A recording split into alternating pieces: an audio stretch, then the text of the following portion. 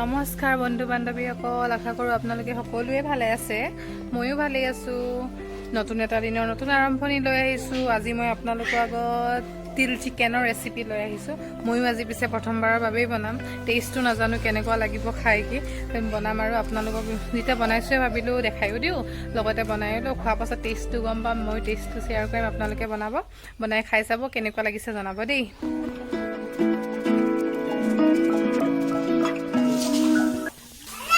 মছলাৰ কাৰণে জালুক কেইটামান লৈ লৈছোঁ, লগতে দুটা মিডিয়াম সাইজৰ পিঁয়াজ আৰু আদা 20 গ্ৰাম, নহৰু 20 গ্ৰাম লৈ লৈছোঁ,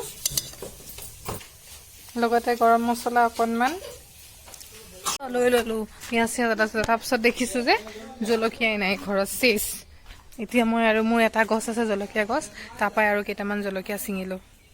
ইয়াৰ পৰা কেইটামান জলকীয়া ছিঙিলোঁ।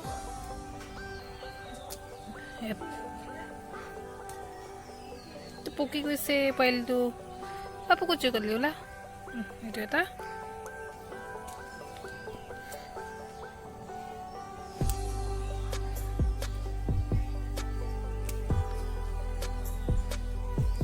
হৈ যাব, বেছি নিচিঙো। এইকেইটা দিয়ে আজি বনাম, আৰু জলকীয়া নাই যে জলকীয়া আনি থোৱা জলকীয়াখিনিও দি দিছোঁ। এতিয়া মছলাখিনি পিচি লওঁ।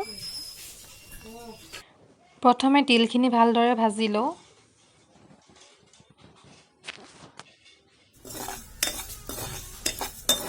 এমুঠিমান তিল ল'লেই হ'ব। তিলটো দিয়াৰ আগতে এবাৰ টেষ্ট কৰি চাই ল'ব যে তিলটো তিতা হয় নি। তিতা হ'লে মানে চিকেনটো খাই ভাল নালাগিব।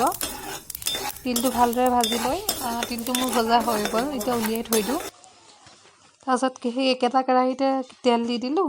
তেল দিয়াৰ পাছত তেলটো ভালদৰে যেতিয়া গৰম হৈ যাব, পিঁয়াজখিনি দি দিওঁ। পিঁয়াজখিনি অলপমান ফ্ৰাই কৰাৰ পাছত যিখিনি মছলা পিচি থৈছিলোঁ সেই মছলাখিনি দি লওঁ। সেই মছলাখিনি দি কিনে ভালদৰে ভাজি লওঁ, যাতে মছলাখিনি ভালদৰে ফ্ৰাই হৈ যায়। যিহেতু গৰম মছলা গোটা ইউজ কৰিছিলোঁ মই ইয়াত, সেইকাৰণে আকৌ মই পিছত পিছা গৰম মছলা ইউজ নকৰোঁ। এতিয়া মছলাখিনি ভালদৰে ফ্ৰাই হৈ গৈছে, গোন্ধটো ওলাইছেগৈ। এতিয়া মই জিৰা এচামুচ আৰু অকণমান হালধি এচামুচ,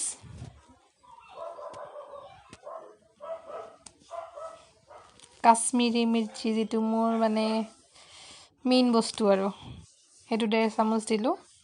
ধনিয়া এচামুচ, তাৰপিছত এইটো মিট মছলা এচামুচ। তাই মছলাখিনিৰ লগত দুইখিনি মছলা ভালদৰে মিক্স কৰি লওঁ। কালাৰটো দেখিছে খুবেই ধুনীয়া হৈছে। এতিয়া ইয়াত যিখিনি চিকেন ধুই থৈছিলোঁ, চিকেনখিনি ধুই মেলি চাফা কৰি থৈছিলোঁ, 500 গ্ৰাম চিকেন লৈছোঁ। চিকেনখিনি এড কৰি দিলোঁ। চিকেনখিনি এড কৰি ভালদৰে ভাজি ল'ম অকণমান দেৰি। তেলটোত ভালদৰে চিকেনখিনি ফ্ৰাই হ'বলৈ দি ল'ম।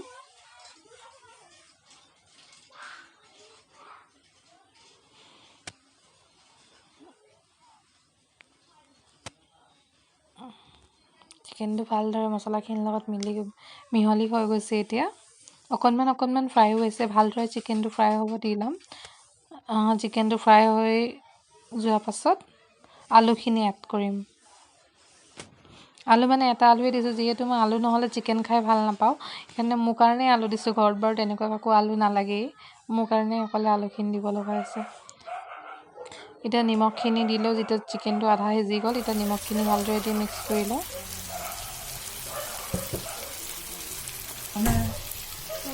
আলুখিনিও দি দিছোঁ।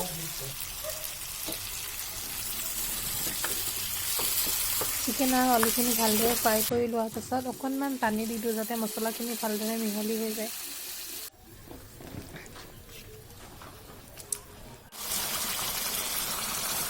ভালদৰে বইল হৈ ল'ব দিওঁ। বইল হৈ লোৱাৰ পাছত যেতিয়া মানে 80% বইল হৈ যায়, মানে সিজি যায় বস্তুখিনি, তাৰপাছত তিলখিনি এড কৰি দিওঁ। তিলখিনি এড কৰি কিনে একেবাৰে পানীখিনি শুকুৱাই দিওঁ। তো দেখিছে তিলখিনি দিয়াৰ লগে লগে কালাৰটো অকণমান চেঞ্জ হৈ গৈছে ভাজিটো।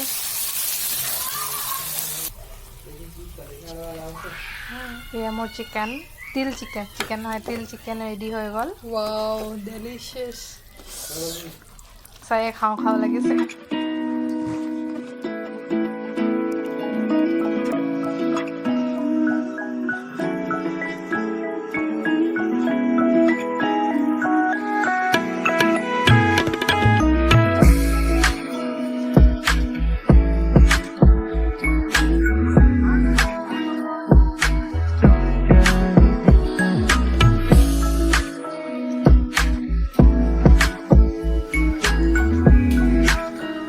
এয়া মোৰ ৰেডি তিল চিকেনৰ লগত ভাত, দাল আৰু পাপৰ আৰু বগৰী আচাৰ লৈ খাইছোঁ আৰু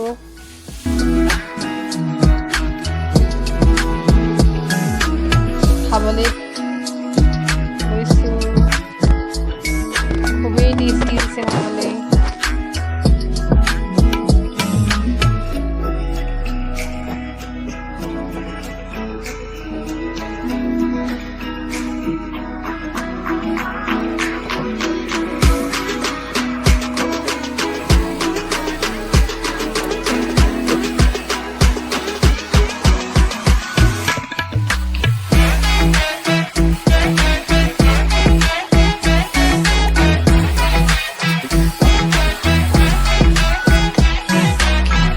ৰেচিপি ট্ৰাই কৰিলোঁ, যিহেতু আপোনালোকে দেখিলে আজি ফাৰ্ষ্ট টাইমৰ কাৰণেই মই ট্ৰাই কৰিছিলোঁ আৰু খালোঁ। খাই মেলি মানে খাবলৈ বহুতেই টেষ্টি হৈছিলে।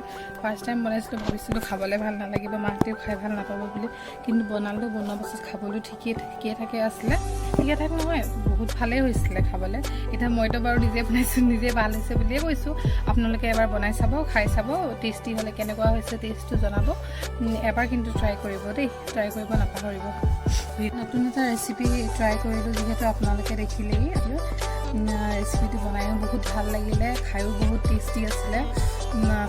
প্ৰথমে ভাবিছিলোঁ যে বনোৱাৰ আগতে বনাম, মইতো বাৰু খাই ল'ম যি হ'লেও, মাহঁতক খাই ভাল লাগিব নালাগে। আজিলৈকে আমাৰ ঘৰত তিল চিকেন বনোৱা হোৱা নাছিল, আজি প্ৰথমবাৰৰ বাবে বনাইছোঁ, খালোঁ। ময়ো খাই ভাল পালোঁ, লগতে মোৰ ঘৰৰ মানুহ। আপোনালোকেও এবাৰ ট্ৰাই কৰি চাব, কেনেকুৱা লাগিছে টেষ্টটো কমেণ্টত জনাব। ভিডিঅ'টো চাই যদি ভাল লাগিলে তেন্তে লাইক, কমেণ্ট আৰু শ্বেয়াৰ কৰিব নাপাহৰিব। লগতে মোৰ চেনেলটো যদি নতুন হয় তেন্তে ছাবস্ক্ৰাইব কৰিব। Bye bye. কালি আকৌ নতুন এটা ভিডিঅ' লৈ লগ পাম।